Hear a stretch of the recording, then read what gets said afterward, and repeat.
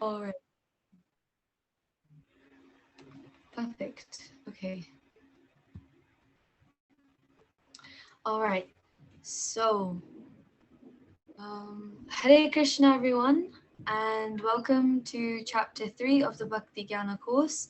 We are just going to start with a few, like another prayer before we start learning. So, Nama Om Vishnu Padaya Krishna Prasthaya Bhutale Srimate Bhakti Vedanta Swami Tinamine Namaste Saraswati Devi Gauravani Pacharine Nirvishesha Shunyavadi Pashita Deshatarine. So we pray to the holy name to give us as much focus and as much determination as we can to get through every chapter with ease. And welcome to everyone who's joined today. Hare Krishna to all the devotees. Thank you so much. So, the summary so far is in chapter 1, we see that Krishna makes Arjuna confront his demons. And of course, he, as an Arjuna, feels a lot of weakness of heart. You know, he had this overwhelming, compassionate sort of force, as well as grief, a lot of grief. And he submits to the Lord and says he won't fight, and he gives so many reasons. But of course, we see that in chapter 2, this sort of starts to change a little bit. Arjuna realizes that the problem is so much bigger than he can handle, and so his only option is to actually surrender to Krishna, um, whom he realizes, who he will realize is the Supreme Lord. So immediately, Krishna takes him to the spiritual platform by explaining the difference between the body and the soul. Now, for one to progress in any spiritual manner, you must know who you are. And that is, by who you are, of course, it doesn't mean that I'm 17, I'm female, these are my parents, these are my friends. In terms of knowing who you are, is that you are a soul.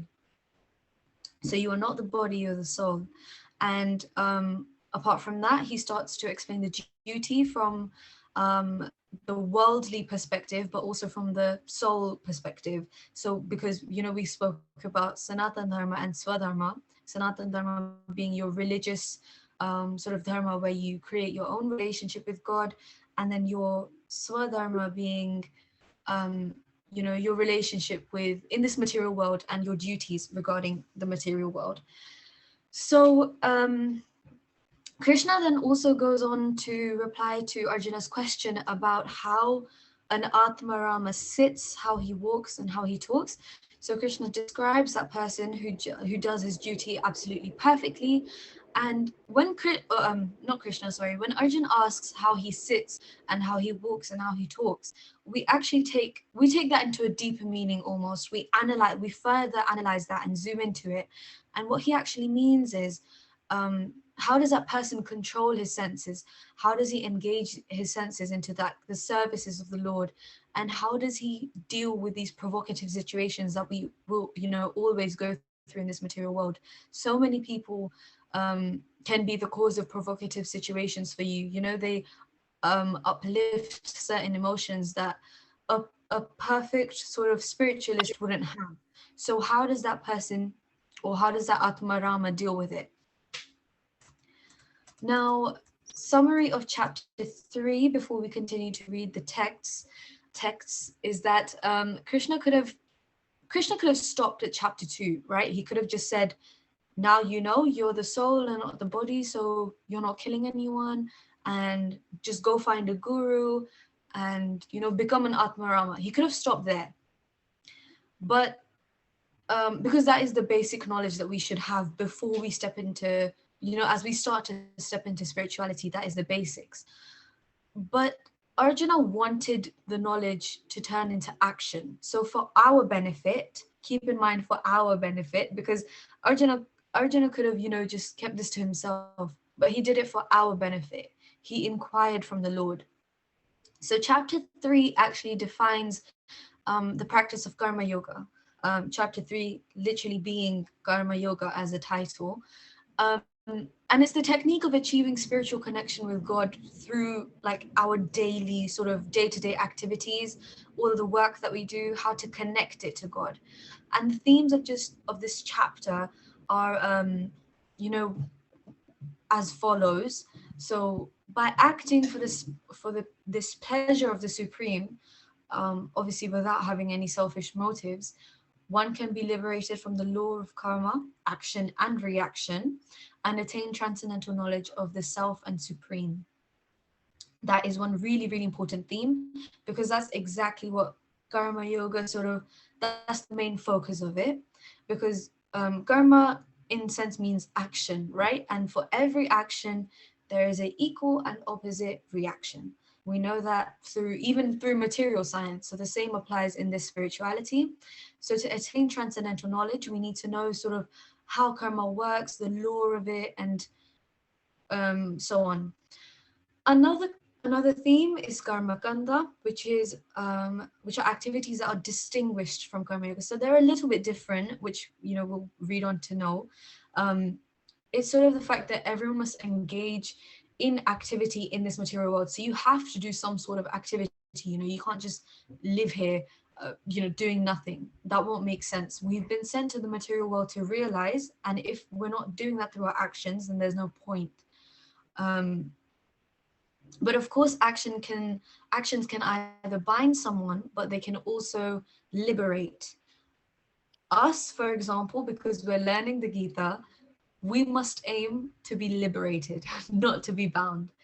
Even someone, if someone is liberated from this world through the practice of karma or bhakti yoga, still whilst in the material world, so still in this world on this earth, we must continue to act and set an example.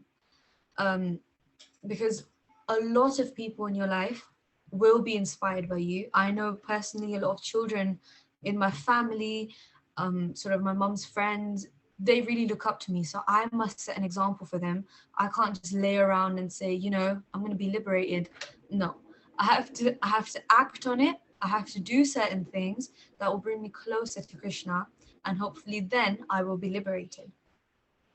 Finally, Arjuna also questions the Lord regarding sort of what compels someone to do sinful acts. Why does someone want to commit sinful acts? And in that perspective, Krishna is answering him. So moving on to the texts, can we have a couple of volunteers to read, please? Yeah, I don't mind. Thank you, Urvi.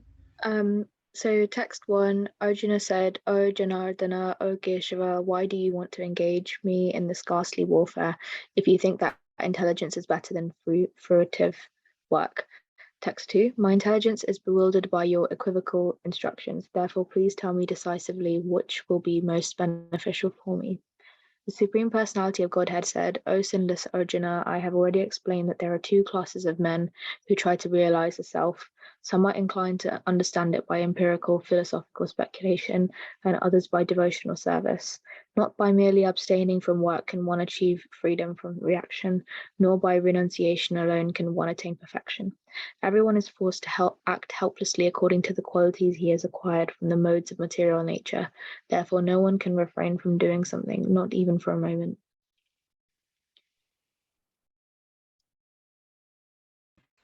You can continue when it pops up, sorry.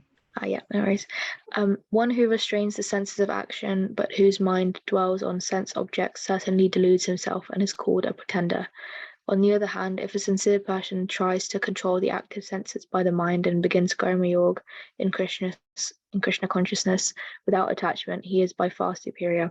Perform your prescribed duty, for doing so is better than not working. One cannot even maintain one's physical body without work. Work done as a sacrifice for Vishnu has to be performed, otherwise work causes bondage in this material world. Therefore, O son of Kunti, perform your prescribed duties for his satisfaction, and in that way you will always remain free from bondage. Thank you, Urvi. Really nicely read, very clear. So the summary of verses 1 to 9, Arjuna displays the typical confusion of an immature spiritualist. So, of course, when we start to become spiritual, we generally are immature. We're not aware of the certain behaviors that we have to do, or the way things that should be done. So Arjuna sort of displays that. He thinks that spirituality means retirement from active life and adoption of sannyasa in strict seclusion. So sannyasa, in the sense, a sannyasi is someone who, I'm sure you almost know, but for the ones who don't, sannyas is taken when someone is completely um, sort of cut off from material duties and just continues being spiritual continuously. And he thinks it means retirement from active life. Active life is the one that we call, in this material world that we do day to day. That is active life. um and he thinks it means taking retirement from it, which is not that. And often, see, people think that sannyasa is the only option. Like when you get into spirituality, sannyasa is what you take. Well, often the easiest response in times of difficulty is one of escapism. This is not to say that someone who's a sannyasi is, running away from what they're doing, but it takes a lot to be a sannyasi. When you become a sannyasi, your thoughts, your heart, your actions, everything is pure. And as a lot of us live in the Kali Yuga, this always isn't possible. So it's not to say that sannyasi is, in fact, sannyasis are very respected, extremely respected. But they are at that level that we can't be at, because we won't be able to do properly if we were to take sannyas, tomorrow. So for us, if someone immature in spirituality says that they'll take a sannyas, it's sort of, you're taking it as a route of escapism because you don't want to accomplish material duties, in a sense. So worldly life entails awkward dealings with money, possessions, people, and career, to name but a few. um so he sort of focuses on, like, what is going to happen with, like, the money, possessions, people, how can we connect that to you? That's what Arjuna is trying to sort of convey. And how can such a lifestyle be compatible with spiritual goals? So in this material world that we live in, of course, there's so much maya in terms of money, possessions, people. So how can we align this with our spiritual goals? And Krishna explains that the true renunciation doesn't it doesn't come from an abandonment of worldly duties. It doesn't, your renunciation mostly will not apply if you just leave everything to the side, because we all will sort of act anyway. We will still have some sort of action that we will doing, that we will build, that we will be doing. So, but instead, to cultivate the mentality that one should um sort of put everything to the side. No, we, like it was said in the previous session, we have to do swadharma and sanatana dharma to live a balanced life. But when you're doing your swadharma, you have to take into account that the Lord's satisfaction also should be maintained. So every activity that you do in the day should, in one way or another, be connected to the Lord. Even if it's just saying, "Oh Krishna, please guide me. I'm doing this for you." That's it. Sort of like, for example, my material studies, economics, politics, psychology, this doesn't really link to Krishna. But when I'm, I guess, studying for a test, or if I'm just studying in general, revising, I pray to Krishna to give me that guidance, that I stay focused in my work, at least for the some time that I will be doing it. So in that sense, I'm connecting it to Krishna so that he allows me to succeed in my material life as well. So the lesson 11, the lesson that we learn from this, is that offering the results of day-to-day work to the Lord, um, we put him in sort of that position that he is the ultimate enjoyer and controller, because he is. We don't put him in that position, sorry. He already is there, but we show that we understand the truth. We understand that he is Satchit Ananda, that he is, the controller and the enjoyer of everything. And it may be a state of renunciation beyond us at the moment. So we may not realize, but when we connect everything to the Lord, we are actually renouncing. We are actually sort of putting it to the side and not taking all that worry and stress or even happiness over it. So, however, we can begin by offering our gratitude to the Lord, and request Him to engage us in His favor. So that's the easiest way you can start off. Devotional service, for example, and all these little things. Anything you do that's connected to Krishna is a very great starting point. So you can start off with gratitude and then slowly move on to other material possessions and so on. Wonderful. Yes. Good explanation, Pari, of a very challenging topic, because often people think that sannyas is required in order to please the Lord and give up everything. But actually, real sannyas is dovetailing everything we're doing in the service of the Supreme Lord. So one may be a grihastha, married, or brahmachari, or a vanaprasthi. It doesn't matter what state, because that's just simply a piece of cloth. Sannyas is, anybody can put hold a danda and put some orange dhoti kurta and, hey, I'm a sannyasi. That's not what sannyasi is all about. Sannyasi is where you give up material desires and take up spiritual desires to please the Lord. That can be done in any of the varnas. Don't have to be a sannyas to do that. So, but you explained it so nicely. Really, very pleased, very happy with your analysis. So thank you so much, Pari. Thank you, Prabhuji. So yeah, like you said, sannyas isn't an easy thing. So the people that do genuinely take sannyas, um, recently I actually witnessed. I mean, I didn't witness it, but I saw someone that recently took a sannyas. His name is Keshav Maharaj. So he had his initiation first, then he had his second initiation, then he had to take it. So it takes a long amount of time to actually reach a sannyasa stage. So it's nothing to sort of joke on about, like, oh, I don't want to do my material duties, so I'm going to take sannyas.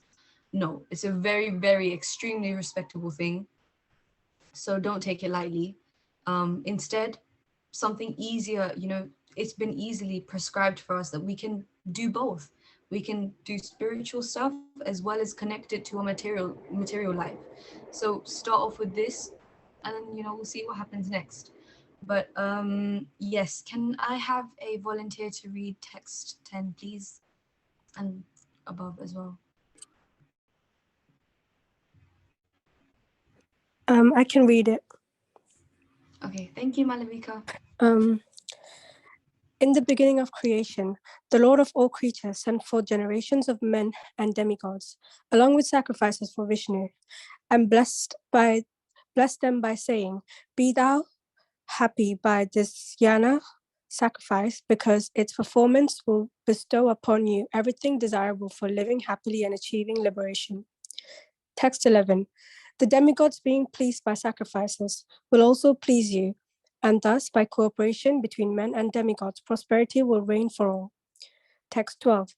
In charge of the various necessities of life, the demigods, being satisfied by the performance of Yana, will supply all necessities to you. But he who enjoys such gifts without offering them to the demigods in return is certainly a thief. Text 13. The devotees of the Lord are released from all kinds of sins because they eat food which is offered first for sacrifice. Others who prepare food for personal sense enjoyment rarely eat only sin.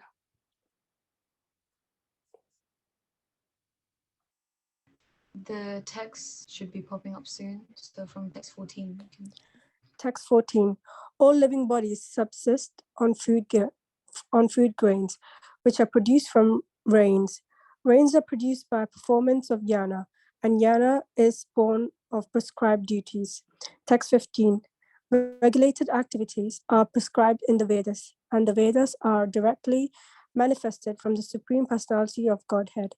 Consequently, the all-pervading, transcendental existence is eternally situated in acts of sacrifice. Text 16. My dear Arjuna, the one who does not follow in human life the cycle of sacrifice, thus established by the Vedas, certainly leads a life full of sin. Living only for the satisfaction of the senses, such a person lives in vain.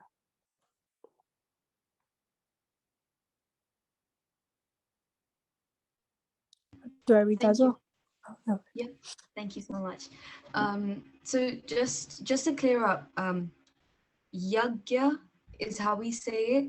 So I know it's spelled a bit in a different way, but we call it yagya, which means sacrifice. Yeah, that was the only thing. It's just the way you say it in Sanskrit is different to how you spell it. Anyways, yep, but thank you regardless. So summary of verses 10 to 16. A yoga ladder with different sort of rings is described as follows, my bad. So on the lowest level of this yoga ladder, so imagine, sort of just basically imagine a ladder. It will pop up in the next screen, I'm sure. But pop up in the ladder, and sort of the lowest part of the ladder is an individual who's solely interested in materialistic enjoyment, whether that be eating, anything that's not offered to Krishna, or doing anything that isn't spiritual, or wanting anything that isn't spiritual. That's completely materialistic enjoyment. You've been trapped in Maya. One stage higher, so just a step higher, is karma kanda. So that is where one still sort of it's like a middle borderline. Like, you still desire materialistic enjoyment, but you try to achieve it sort of through religious regulated observances. So you can somewhat connect it to religion, but you're still wanting sort of materialistic stuff. When one realizes the futility of material enjoyment, they progress to sakama karma yoga, where one begins to offer a portion of his results to God, but still maintains some selfish motive, e.g., name and fame. So one up above karma kanda is sakama karma yoga, where you sometimes, again, like, you sometimes offer like a portion of whatever you get, so like your results you offer to God, but then you still kind of have like a selfish motivation to do it. So you want to be talked about, or you want to be praised, so that's sort of a selfish motivation there.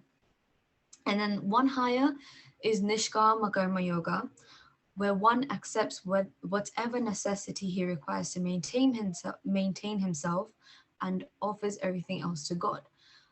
So at this point, at nishkama karma yoga, you accept that whatever you need, you will be provided it through the grace, through the mercy of Krishna. And you offer it all back to him. So that attitude of gratitude, basically, continuously you accept whatever you have, and you say thank you to Krishna for it, and anything you get, you offer back to him. And then those who progress to this level of spirituality, referring to nishkama karma yoga, they are sort of broken from the chains of all like karmic implication, and they become pretty like peaceful and liberated.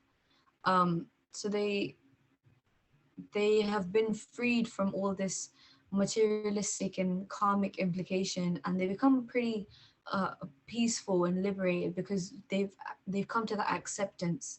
They've realized that whatever they have is due to the mercy of the Lord. So the lesson we learn is that whatever you cook, you have to offer that to the Lord, and when you do, it becomes prasad, which you can eat. If you're already offering, be careful. Because you can't cook for the Lord is a proper question. Ishwari and Kishore, I don't think you guys are muted, but it's no problem. Yeah. Okay. So if you've already offered, be careful, because you can still sort of enjoy it with your eyes or your smell, and that makes it that makes it a bit impure again, because you've already enjoyed it before offering. But also, if you've already offered, then to take it to the next stage, cook what the Lord wants to eat. So at every level, you can always improve. I know that me personally, like, I've stopped completely eating onion and garlic and egg and all of this stuff. Before, onion and garlic were like really, really prominent in in our food, especially because, you know, North Indians, I'm North Indian, so we have that sort of a lot of food links with onion and garlic. But when I say recently, I literally mean a month ago, the start of the summer holidays. I completely stopped sort of associating with it, and, you know, hopefully it just gets better and better, and I remember to offer every time. So there we go. I'm sort of climbing the ladder, I guess, in one way. Anything to add, Prabhuji? No, absolutely right. It is a ladder. It is a slow and steady process and progress. And if we understand that from the beginning, that step by step by step by step, we will make progress, then that will give us this steadiness in our spirituality. Not that one day we really go for it and then the next day we sort of in bed all day, or we decide to, not maintain what we are setting out to do. But step by step by step by step, especially when you're young, like your age, and Ishwari, Kishori, and Lokeshwar, at your ages, this is absolutely the perfect time to, you know, start this process, get this process going in a very substantive and steady manner. I am so inspired by you guys. Thank you. 100%, completely agree with you. I mean, Lokeshwar and Ishwani Kishore, they're so young, but their questions and the way they're so enthusiastic to sing and all of that, it really shows. So thank you so much, guys. And Ishwari and Kishore, you really don't have to apologize. It's completely fine. Don't worry about it at all. So yeah, so we see the logo. Yeah, I knew it. There was going to be a yoga ladder because I was editing it just before the call. So we start off at the lower planets or the lower species. I mean, actually, eventually that's where it takes us. So the writing on the extreme left, that's where you will go if you continue with this step. So for example, you know, eating, sleeping, mating, defending, if that's all we're doing all day, then you're not using the higher consciousness that was given to you. And therefore you're essentially living a animal life. And that leads to lower planets or species in your next birth. Then we have, of course, the second step, which is karmakanda. So you're a fruitive worker, like you're working for sort of a little bit of result, and you still have a little bit of sense gratification. You're performing rituals or whatnot, but you're not connecting it directly to how it should be connected. And so we call that karma, and that leads to, you know, maybe sort of another birth in earth, or maybe even heaven. But heaven is temporary in our religion, so heaven is temporary. And then we have karma yoga or nishkama karma yoga, and, you know, you've renounced fruits, of, you know, or you've renounced all your results, and you accept, again, like I said. And this leads to you, you know, being born into a yogi family, or a heaven again, or the planets of the Prajapatis, or higher planets. So in essence, yeah, this is a good option, but we always want to aim for high. We want to aim a little bit higher. Now, the next one is pretty interesting, Jnana Yoga. We have a whole chapter on this, so I'm not going to go through to it. Like, I'm not going to talk about it too much, but it's when you renounce fruits completely, and you have like the knowledge and the speculation and the perspective of a Brahmin, and you perform lots of austerities. So that leads to a Brahmin sort of birth again. Then you have Dhyana Yoga or Ashtanga Yoga, where you renounce fruits completely. You have extreme knowledge. You control, you're able to control your mind and your senses. And meditation. Meditation is a really big thing. So you meditate a lot, sort of like Lord Shiva. So then it leads to you having sort of like a Brahman birth or a Paramatma birth. Then this is the highest and most important stage, Bhakti Yoga. This is what we should all aim for. That because this is like where the direct connection to Krishna comes in. This is where you do the loving and devotional service that has to be done for the Supreme Lord.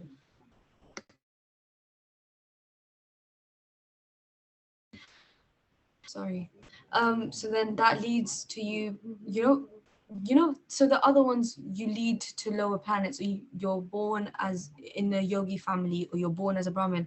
This takes you directly to Lord Krishna's lands. This takes you to Golok Dham, which is higher than all the planets plus heaven. So that's where we want to aim to be. And I was pressing the wrong one. Yes, so this is sort of the direct process. So it goes from kama, which is selfishness or lust or whatever you want to call it, to prema, Krishna prema, which is real love. And then we go from karma yoga to bhakti yoga. So we want to climb the ladder in this way.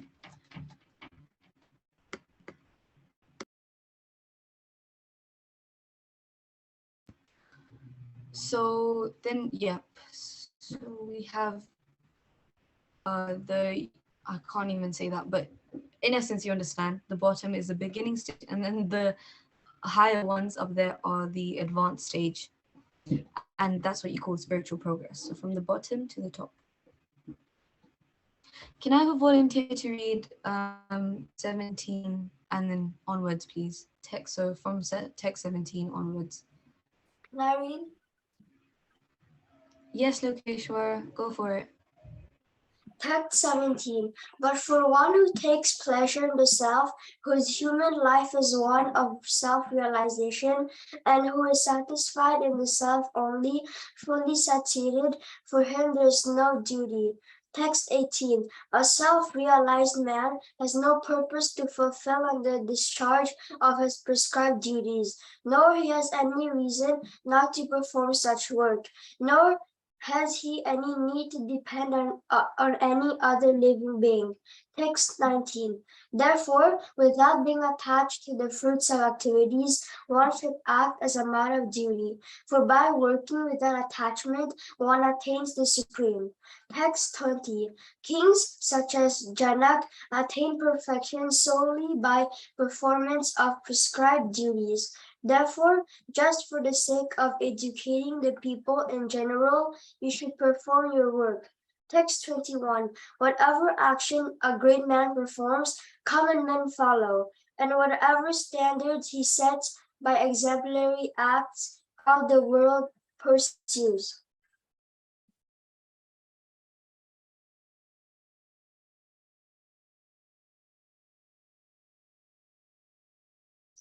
Text 22. O son of Pritha, there's no work prescribed for me within all the three planetary systems, nor am I in want of anything, nor have I a need to obtain anything, and yet I am engaged in prescribed duties. Text 23. For if I ever failed to engage in carefully performing prescribed duties, O Partha, certainly all men would follow my path. Text 24. If I did not perform prescribed duties, all these three worlds would put to ruination. I would be the cause of creating unwanted population, and I would be thereby destroy the peace of all living beings. Text 25. As the arrogant perform their duties with attachment to results, the learned may similarly act, but without attachment, for the sake of leading people on the right path. Text 26. So as not to disturb the mind of arrogant men attached to to ignorant men attached to the fruitive results of prescribed duties, a learned person should not induce them to stop work. Rather, by working in the spirit of devotion, he should engage them in all sorts of activities for the graduation of development of Krishna.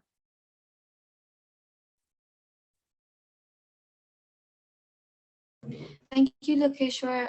Just to stop you there, can we have Ishwari and Kishori read the rest of the text? Because I'm not sure if there's more, but if there are, then I'll give it to you again. So Kishori, can you read from text 27, please? Okay. Text 27. The spirit soul, bewildered by the influence of false ego, thinks himself the doer of activities that are in actuality carried out by the three modes of material nature. Text 28. One who is in knowledge of the absolute truth, O mighty armed, does not engage himself in the senses and sense gratification, knowing well the differences between work in devotion and work for fruitive results. Text 29. Bewildered by the modes of material nature, the ignorant fully engage themselves in material activities and become attached. But the wise should not unsettle them, although these duties are inferior due to the performer's lack of knowledge. Text 30. Therefore, O Arjuna, surrendering all your works unto me, with full knowledge of me, without desires for profit, with no claims to proprietorship, and free from lethargy, fight. Text 31. Those persons who execute their duties according to my injunction, and who follow this teaching faithfully without envy, become free from the bondage of fruitive actions. Thank you.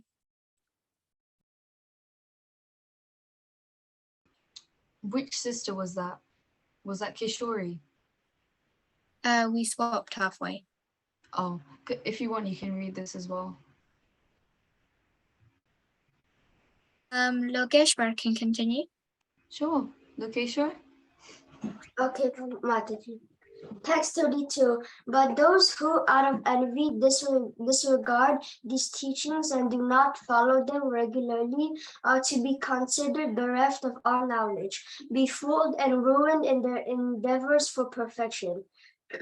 Text 33. Even a man of knowledge acts according to his own nature, for everyone follows the nature he has acquired from the three modes. What can repression accomplish?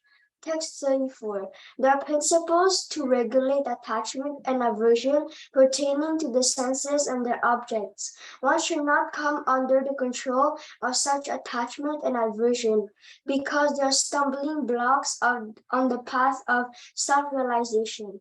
Text 35. It is far better to discharge one's prescribed duties, even though faultily, than another's duties perfectly. Destruction in the course of performing one's own duty is better than engaging in another's duty, for to follow another's path is dangerous. Thank you, Lokeshwar. So, summary now. Okay, so the summary of verses 17 to 35. Very well read. Thank you, Lokeshwar and Ishwari and Kishori. Your generosity is appreciated. So Karma Yoga is outlined as the practical process by which one overcomes his material attachments through working as a matter of duty in the world. What that is, Karma Yoga is like the actual process from which you can overcome sort of these materialistic attachments that we have in this world. And then, of course, some questions may be asked are, so what about the one who has achieved perfection through Karma Yoga? Do they need to continue working?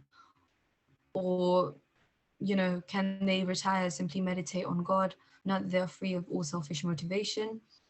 But, of course, Krishna explains how perfected spiritualists continue working in the world.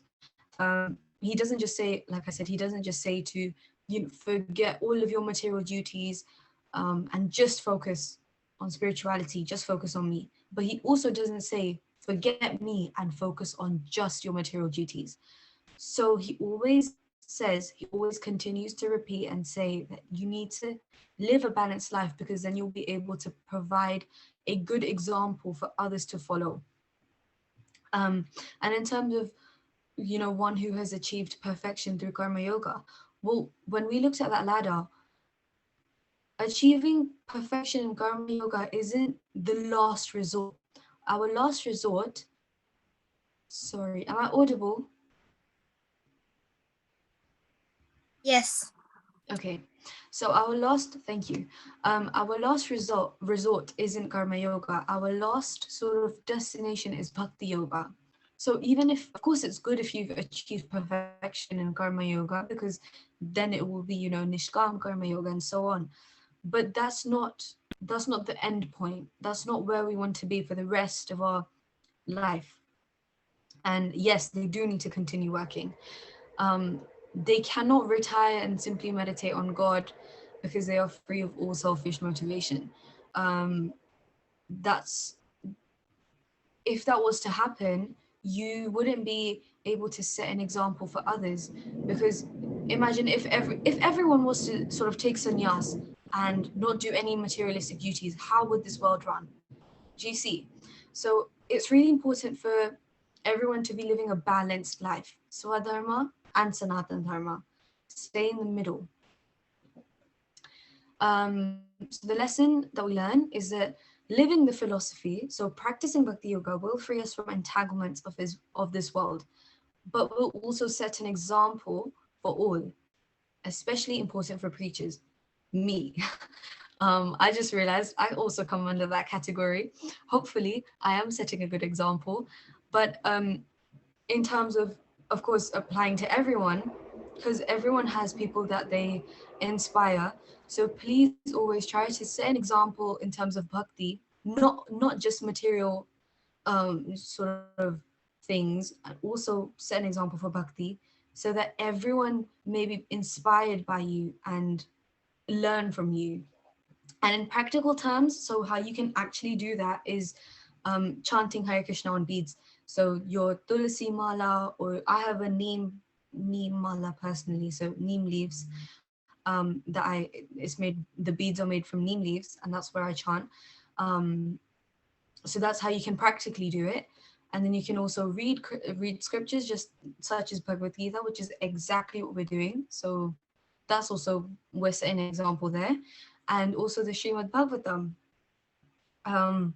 So these are the practical things that, and of course, when there's like proper festivals, like we have Janmashtami, Radhashtami, Balaram Jayanti, Jagannath Rath Yatra, you can always sort of help with the service in your local area. Ask anyone, what can I do? Go to the temple. So of course, always more than 2-3 examples. That way you yourself will also prosper, but others around you will also be motivated. Yeah. So we actually have more texts.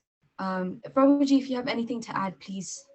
No, I good point. Sometimes, as you said, as preacher, if we can preach and practice, if we can practice what we preach, it gives that preaching more substance.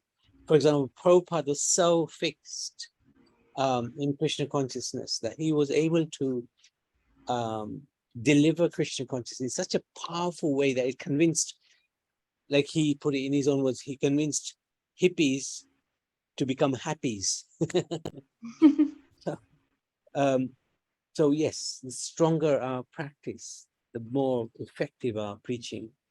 And again, I make the same point. When you do it from a young age, it's much easier, because it's easy to like, it's hard. So it's hard to stop your bad habits when you're past a certain age. But when you're young, you still got that ability to control your mind and control the senses and practice these things.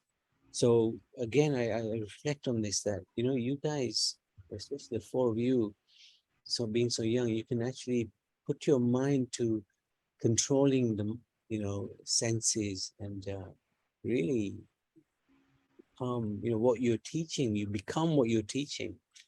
That will make you very powerful preachers.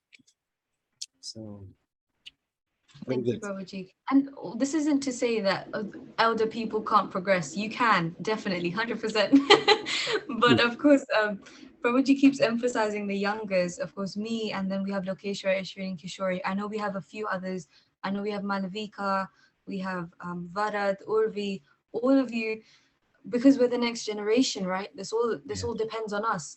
And the example that Prabhuji gave of Srila Prabhupada, yesterday, 17th September, I believe, was the day that Prabhupada actually reached US after 36 hours of travel, having 2 heart attacks along the way. So in 36 terms of days, huh? setting an 36 example, days. 36 yeah. days, not hours. Oh, sorry, not hours, my bad. Oh, lost it there. 36 days, you're right. Because he went through ship. Nowadays, you know, flights and stuff, he didn't go through that. He went through ship and he had 2 heart attacks along the way. And he was still able to convert so many hippies, like you said, and establish over 600 ISKCON centers now in the world. It's all his mercy and his grace. So he's a great example for us to follow, along with so many other preachers. But yes, thank you. And yeah, I know Ishori and Kishori, you didn't get much to read, so you can read from text 36. Thank you. Text 36. Arjuna said, O descendants of Vishnu, by what is one impelled to sinful acts, even unwillingly, as if engaged by force? Text 37. The Supreme Personality of Godhead said, it is lust only, Arjun, which is born of contact with the material mode of passion and later transformed into wrath, and which is the all-devouring sinful enemy of this world. Text 38. As fire is covered by smoke, as a mirror is covered by dust, or as the embryo is covered by the womb, the living entity is similarly covered by different degrees of this lust. Text 39. Thus, the living entity's pure consciousness becomes covered by his eternal enemy in the form of lust, which is never satisfied and which burns like fire. Text 40. The senses, the mind, and the intelligence are the sitting places of this lust. Through them, lust covers the real knowledge of the living entity and bewilders him. Oop. Have we lost, or have I lost you? I can still hear you, Prabhuji. And We can still see hear you. you, Prabhuji. Oh, okay, sorry. Oh, you finished reading. Sorry. Yeah. Sure. Text 41.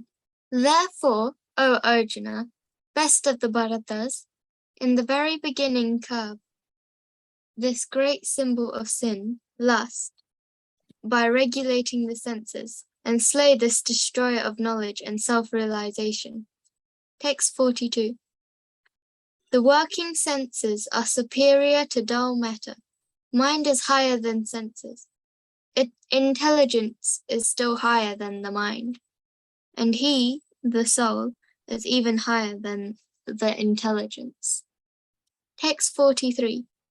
Thus knowing oneself to be transcendental to the material senses, mind and intelligence, O mighty armed Arjuna, one should steady the mind by deliberate spiritual intelligence, Krishna consciousness, and thus by spiritual strength conquer this insatiable enemy known as lust.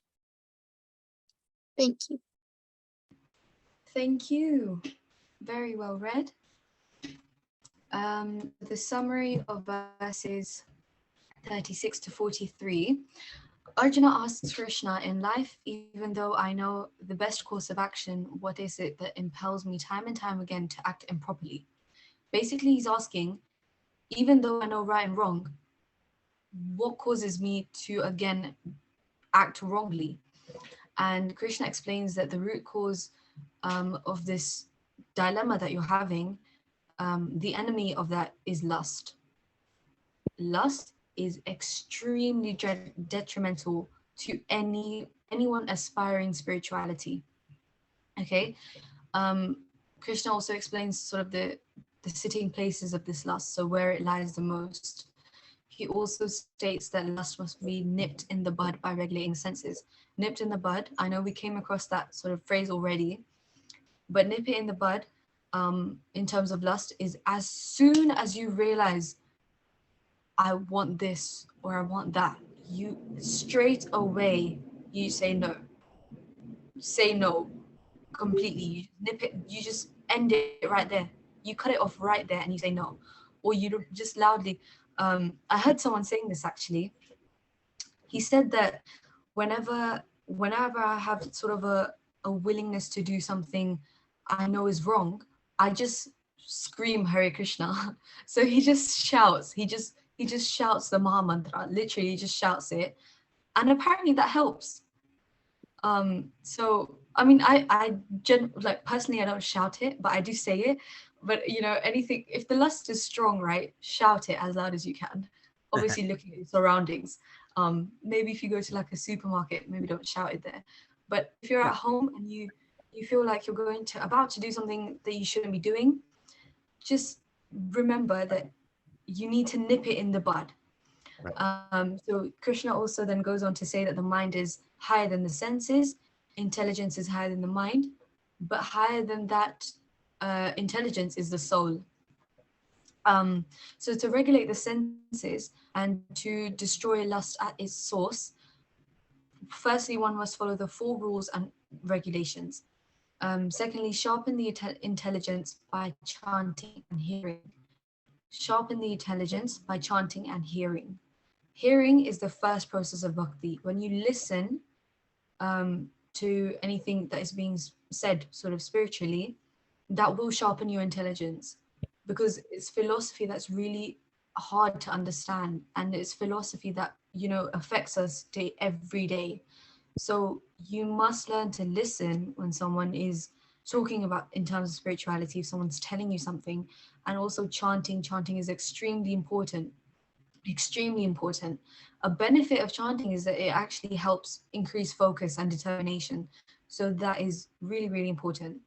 And the second part is to strengthen the mind through logic and to follow the rules and regulations. In terms of the 4 rules and regulations, Prabhuji will go on to explain a bit more about that, because I'm actually not sure what they are. Or maybe I know what they are, but I'm not used to calling it 4 rules and regulations. So Prabhuji, please explain. Oh yeah. I think you will be aware. This is basically not having, not eating meat, fish, eggs, onion, garlic, not like having any intoxicants, drinking drugs, including actually tea and coffee, not gambling, and also not having illicit relations with the opposite sex, or even same sex. Yeah. I remember this. Okay. Yeah. So yeah, exactly like he said. So these 4 rules and regulations we must remember to follow, because these are things that can really easily take our mind off track, Krishna consciousness. So to keep our mind on track and to keep ourselves focused in spirituality, we must follow those 4 rules.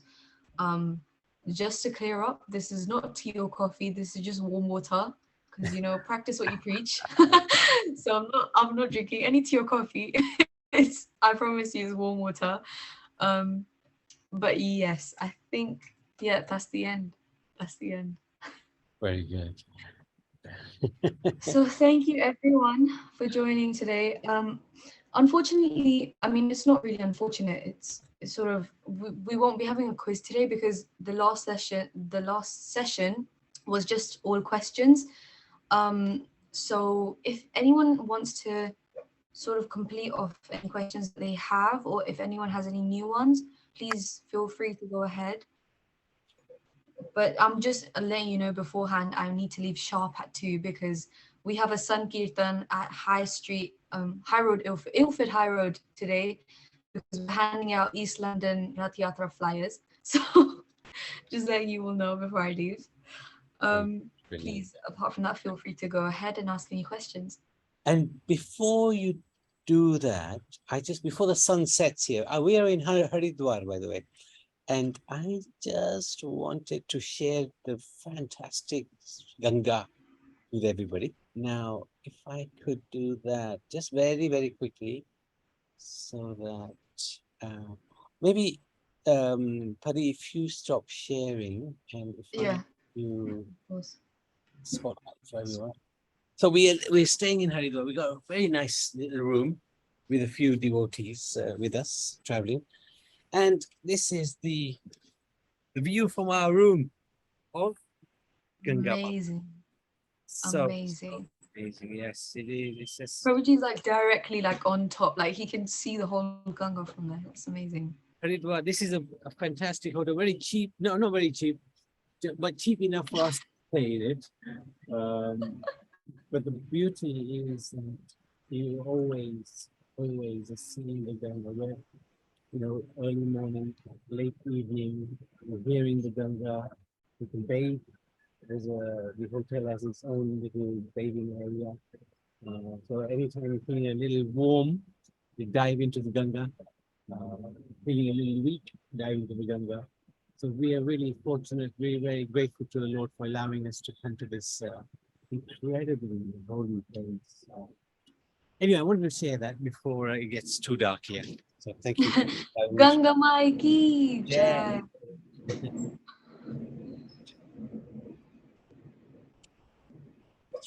Yes. So thank you, Prabhuji, for that. We can start with any questions that anyone has.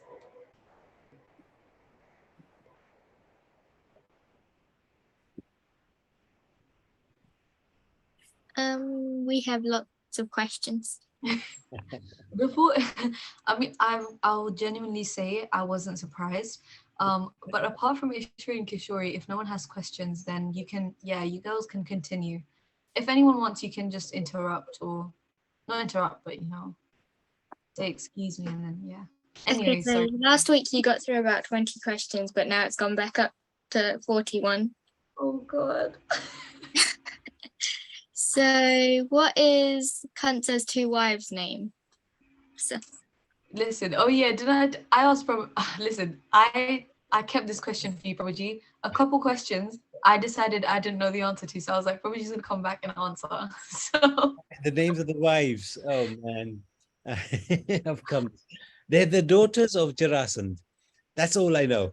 Their names, I'm not sure, but we can find out. We can find out. Very easy. I Easy. think I asked for my grandfather, and I think he wanted to just make sure it was like the right name. Is it Asti and Prapti? Is that Oh yeah, yeah, that's it. Yeah, well done. Yes, very good. see, some questions you don't have to say for us. You might as well ask your family members. okay? Your grandfather's absolutely right. Yes. Yeah, good question. Once you have gone back to Godhead, can you go back down to the material world? No. Prabhuji, yeah, this is also a question saved for you. Okay. No, Krishna says in chapter 4, text number 9, once having gone there, never return back here. And the reason is you'll always remember these few moments that we spent in this material world, which amounts to billions and trillions of lives for us, but it's just a few moments in the spiritual world. We'll always remember those few moments and think, hey, I ain't going back here. I'm not going. I see. And I guess that makes sense as well, because if you look at it, we will only be welcomed in Goloka if we have that highest Krishna prema. Right. And once you go to Krishna, you never go back, because he's that attractive that you will never want to leave him again. So, and he will never shun anyone. He's never going to be like, oh yeah, you go back, I don't want you here. He loves all of us. So yeah, that makes sense. Thank you, Babaji. Good explanation, Pari. Yeah, good. What or who is the false ego? So the false ego is basically us identifying with this body, with this material world, and forgetting our real identity, which is that we are spirit souls and who are serving the Supreme Lord. So that is that's what false ego is. We've forgotten our relationship with the Supreme Lord, and we've started to identify with this body of ours and the material world.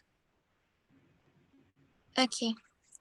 What were the 64 subjects that the Lord and Lord Balaram were taught? The 64, okay, I'm not gonna name all 64, but in essence, what you need to know is that during those times, they were taught like all the Vedas and all the Shastras and all like the Vedic knowledge. So like, do you remember that sort of chart that we have to like show everyone how much there is Vedic knowledge? Like we have Shruti, Yeah. we have Smriti, and then in terms of that, there are different topics.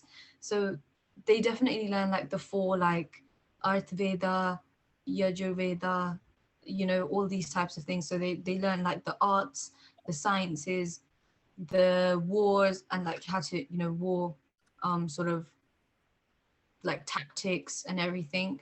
So generally what was taught at that time was like all the Vedas. Yeah, in terms of that, yeah. I see. How did Indra become king of the demigods? So Indra's position isn't one that's definite, because and that's with everyone, to be honest. The only definite position is the Lord's and his consort. That so Krishna and Radha, they have that because no one can change them, no one can be independent of them, no one can replace them. So they stay as they are.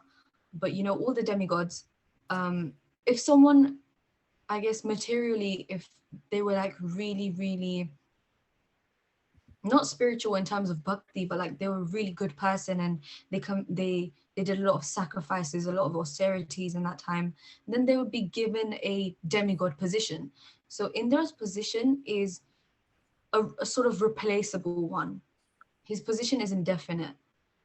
Someone that may have been really, really good in their life was given Indra, but then we also know that Indra sort of had a superiority complex, so he kind of thought he was like the best amongst all.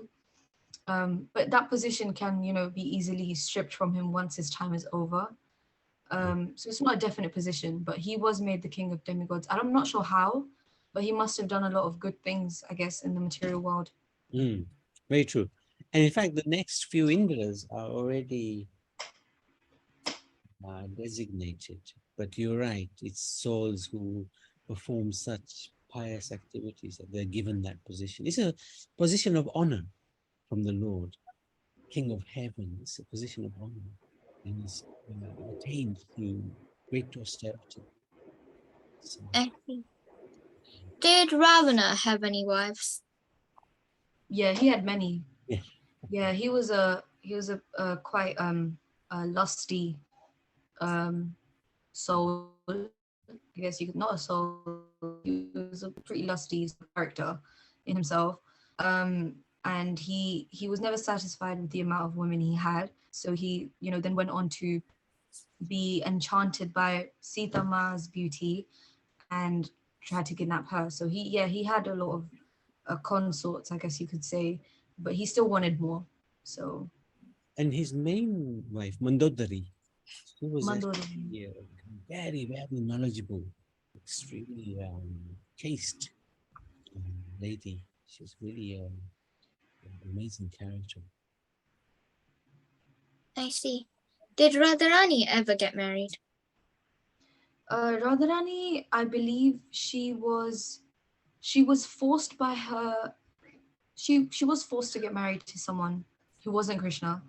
Um, but I'm not sure what happened after that. His name was Abhimanyu. What happened actually? The interesting thing is, if you remember the past time when Lord Brahma kidnapped the cowherd boys and the calves, and then Krishna expanded himself for 1 full year. Yeah. As the cowherd boys, right? And the calves. So in that 1 year, Purnamasi, who's like the auntie of Krishna, very amazing personality, who runs a show in the spiritual world. She knew this is all the cowherd boys are now Christian.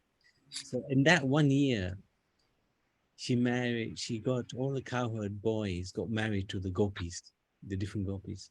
So actually Krishna, who had expanded himself as all the cowherd boys, married all the cowherd girls. So, this is one of the most incredible things about the Lord, you know. He's never what you quite expect. He's never what you quite, you know, what you see isn't what you get from Krishna. Ram, you see what you get what you see. With Krishna, it's never straightforward. Yeah, no. Krishna likes to mess around a lot, but you know. So That's everybody okay, thinks that's his that nature. Radha and Krishna, they're not married, and he's a lusty affairs. You know, they look at it from a material point of view. Actually, they were married.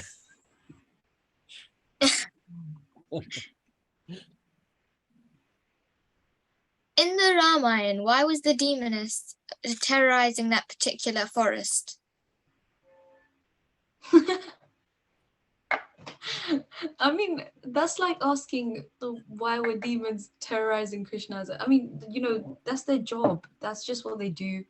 They just like to harass, I guess. They just like to harass deities and the Supreme Lord because they again have that superiority complex, and they always think they're going to win as well. That's what I find funny.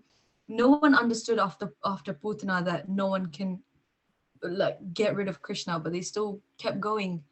Bakasura and this Sura and that Sura, but you know, they don't understand.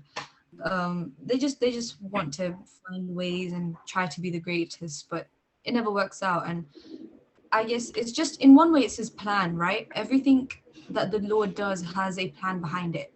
So even if that particular demoness was in that particular forest, it must have generated a really good pastime for us to hear.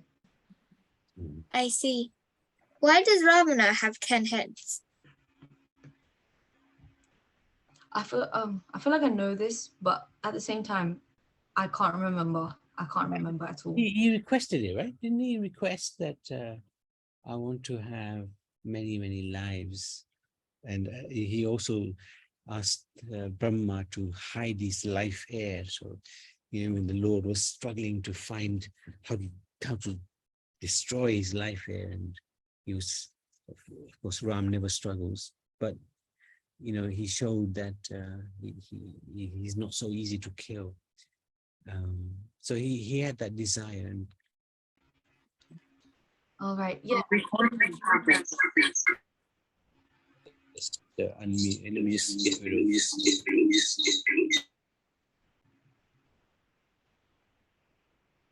Prabhuji, you're on mute for your. No, I was just going to say over to you guys. Huh?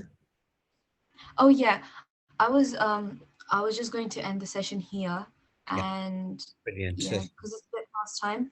So, Brilliant. so thank you everyone for joining. Hare Krishna to all. Thank you. Thank you. I Haribol. really enjoyed the session and the questions as well. Really good. Well done. Thank you so much. Thank you so much, Prabhuji, for your Hare support as Krishna. always. Thank you. Thank you. Thank Krishna. you. Bye-bye. Amazing. Pray Good for night. us, Hey, all thank your you. holy places. I'm good. I'm good. I'd like to now do the answer to the 12 heads. So good questions. Thank you so much Thank you, Shobhi. for That's joining. the same questions. Thank you. Thank you. Okay. All right. Bye. Bye. Hare Krishna. Thank you.